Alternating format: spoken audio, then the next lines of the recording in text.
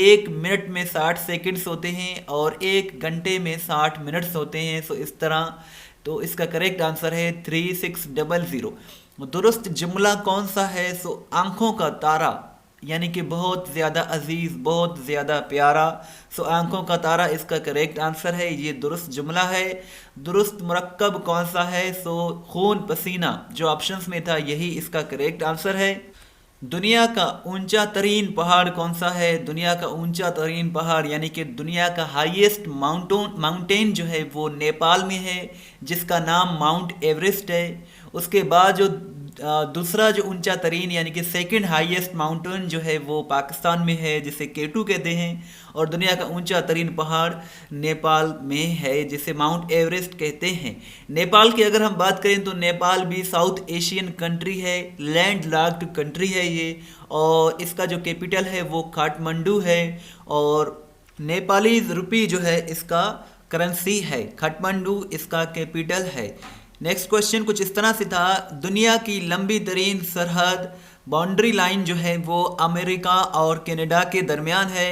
امریکہ اور کینیڈا اس کا correct answer ہے. یہ کنٹریز ہیں بر اعظم نارتھ امریکہ میں. اگر ہم بات کریں یو ایس اے کی تو یو ایس اے کا تو آپ جانتے ہی ہوں گے کہ کیپٹل جو ہے وہ واشنگٹن ڈی سی ہے. ڈی سی کا مطلب ہے ڈسٹرکٹ آف کولمبیا، اور اس کا جو سب سے بڑا سٹی ہے وہ نیو یارک ہے. اور اس کے جو پریزیڈنٹ ہیں وہ 46ویں پریزیڈنٹ ہیں جو بائیڈن، اور ان کی کرنسی US ڈالر ہے. کینیڈا کی بات کریں تو کینیڈا بھی نارتھ امریکن کنٹری ہے، اور اس کا جو کیپٹل ہے وہ اوٹاوا ہے. اس کے جو پرائم منسٹر ہیں وہ جسٹن ٹروڈو ہیں، اور ان کی جو کرنسی ہے کینیڈین ڈالر ہے. اور USA اور کینیڈا کے درمیان دنیا کا سب سے بڑا جو ہے وہ انٹرنیشنل بارڈر ہے. نیکسٹ کوشچن کچھ اس طرح سے ہے، antonym of pretty is. Pretty کہتے ہیں جو دکھنے میں اچھا لگے، تھوڑا خوبصورت لگے، چارمنگ لگے، اسے پریٹی کہتے ہیں. اور اس کا جو الٹ ہے وہ اگلی ہے. اگلی کا مطلب ہے جو دکھنے میں اچھا نہ لگے اسے اگلی کہتے ہیں، جو دکھنے میں اچھا لگے اسے پریٹی کہتے ہیں. Does he keep dash money in MCB bank. MCB کا مطلب ہے مسلم کمرشل بینک. سو یہ ایکچولی پروناؤنس کے ریلیٹڈ کوشچن ہے. سو یہاں ہی کے لیے ہز آئے گا. Does he keep his money in MCB bank. اگر شی ہوتا does she keep her money in MCB bank. So یہ پروناؤنس کے ریلیٹڈ کوشچن ہے.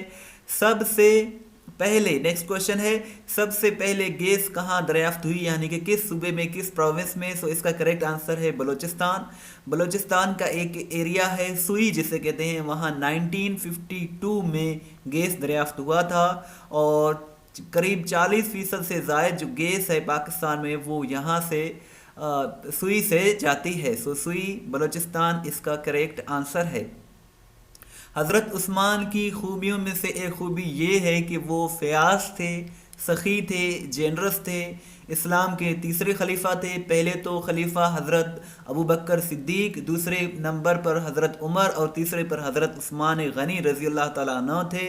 انہیں ذو النورین بھی کہا جاتا ہے. اور آپ سے ایک سمپل سا کوشچن ہے کہ حضرت عثمان رضی اللہ تعالیٰ عنہ کی شہادت کتنی عمر میں ہوئی، کتنے برس کی ایج میں ہوئی، وہ آپ مجھے کمنٹ سیکشن میں بتائیں. گیدڑ کی 100 سالہ زندگی سے شیر کے ایک دن کی زندگی بہتر ہے. یہ کس نے کہا تھا؟ تو یہ ٹیپو سلطان نے کہا تھا. اگر ہم ٹیپو سلطان کی بات کریں تو یہ 4 مئی 1799 کو انتقال کر گئے تھے، شہید ہو گئے تھے.